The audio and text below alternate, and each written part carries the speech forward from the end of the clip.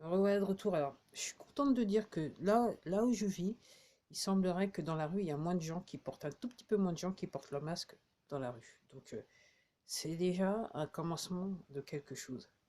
Après, je suis venu faire cette vidéo. J'avais une autre idée de vidéo, mais euh, comme je vous dis, je regarde beaucoup ce qui se passe sur Internet. Et là, je suis tombé sur un post et un article qui faisait référence à une vidéo. Donc, j'ai regardé la vidéo.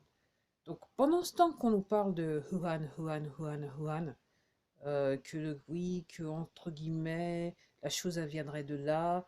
Et en fait, le propos maintenant, c'est de dire qu'en fait, c'est l'autre docteur aux États-Unis qui a commencé la truc, qui a commencé l'affaire, qui a envoyé ça dans ce laboratoire du côté de Wuhan, qui a été financé par aussi les Américains, le professeur aux États-Unis, le docteur aux États-Unis, ok.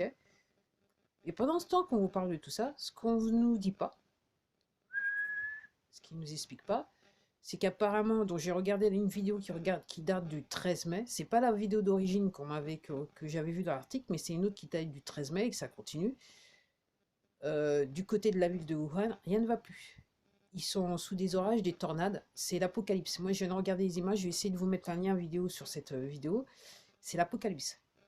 Donc, il semblerait, et comme je vous disais, je crois que c'est en amont qu'il faut dire, il y a le barrage des Trois Gorges.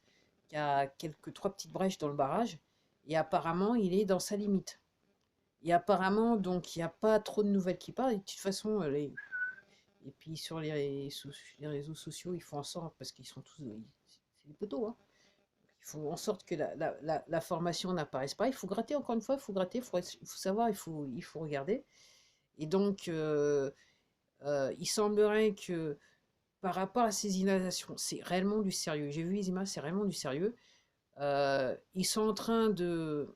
Les autorités donc chinoises ont donné un nombre de morts par rapport à ces inondations qui ne correspond pas aux images que l'on voit, qui seraient, entre guillemets, apparemment inférieures à d'autres inondations qui ont lieu dans le pays. Donc là, c'est chaud.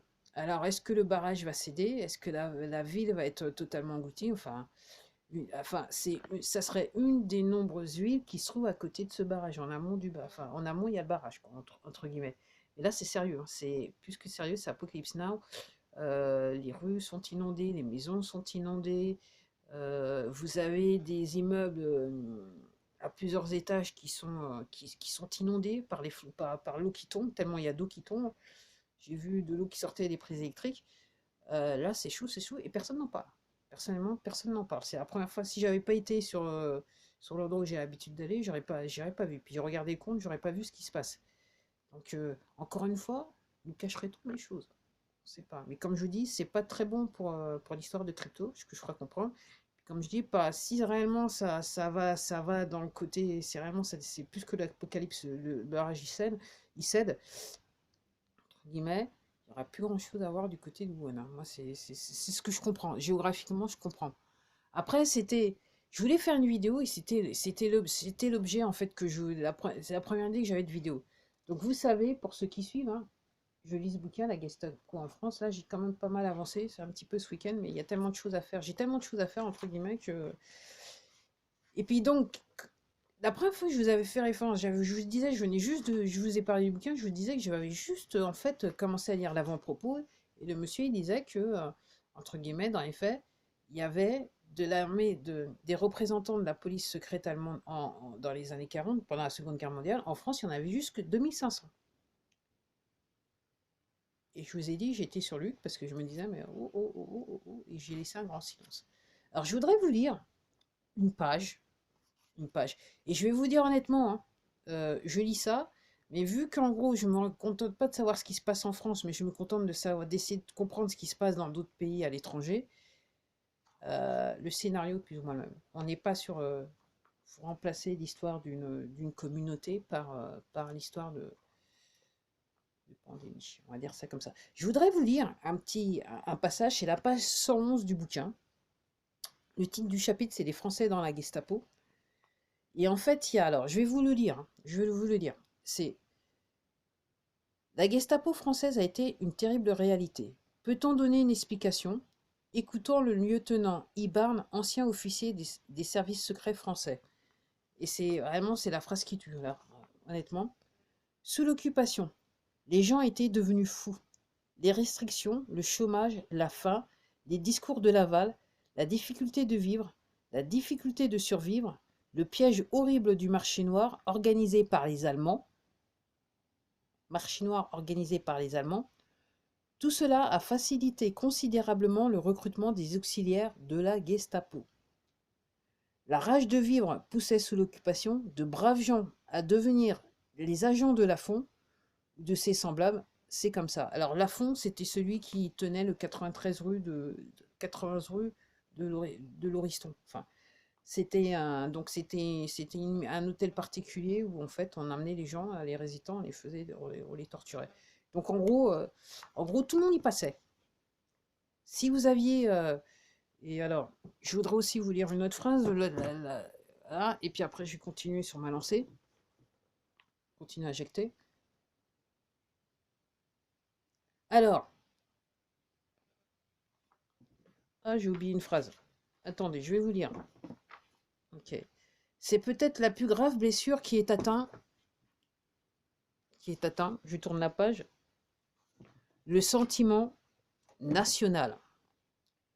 Et c'était précisément cela, le plan allemand et le but de Nuken. Donc, au lieu de, je vais vous dire une chose, remplacer le plan allemand par, entre guillemets, la pandémie, et surtout les gens, les élites, les poteaux, là, qui nous veulent du bien.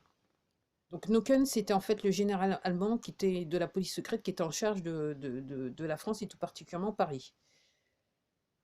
En organisant la Gestapo française, en l'amplifiant, en lui faisant commettre les crimes que les nazis eux-mêmes n'osaient pas commettre, ils ont voulu dénationaliser les Français et tuer scientifiquement leur patriotisme. C'est le crime le plus impardonnable commis par les nazis. Ok. Et et en fait, quand il disait les 2500, donc je peux vous donner déjà un élément de réponse, même si je n'ai pas terminé le bouquin, c'est qu'en fait, donc ils étaient 2500, alors que la France n'était, et alors que le sud de la France, donc la France libre, était entre guillemets libre, ils sont arrivés en petit détachement, ils ont été dans les villes donc les villes de la zone libre, c'est-à-dire les Allemands, la police secrète allemande, et puis ils ont recruté des gens, des Français. Et ils ont créé des bureaux un petit peu partout dans la zone libre.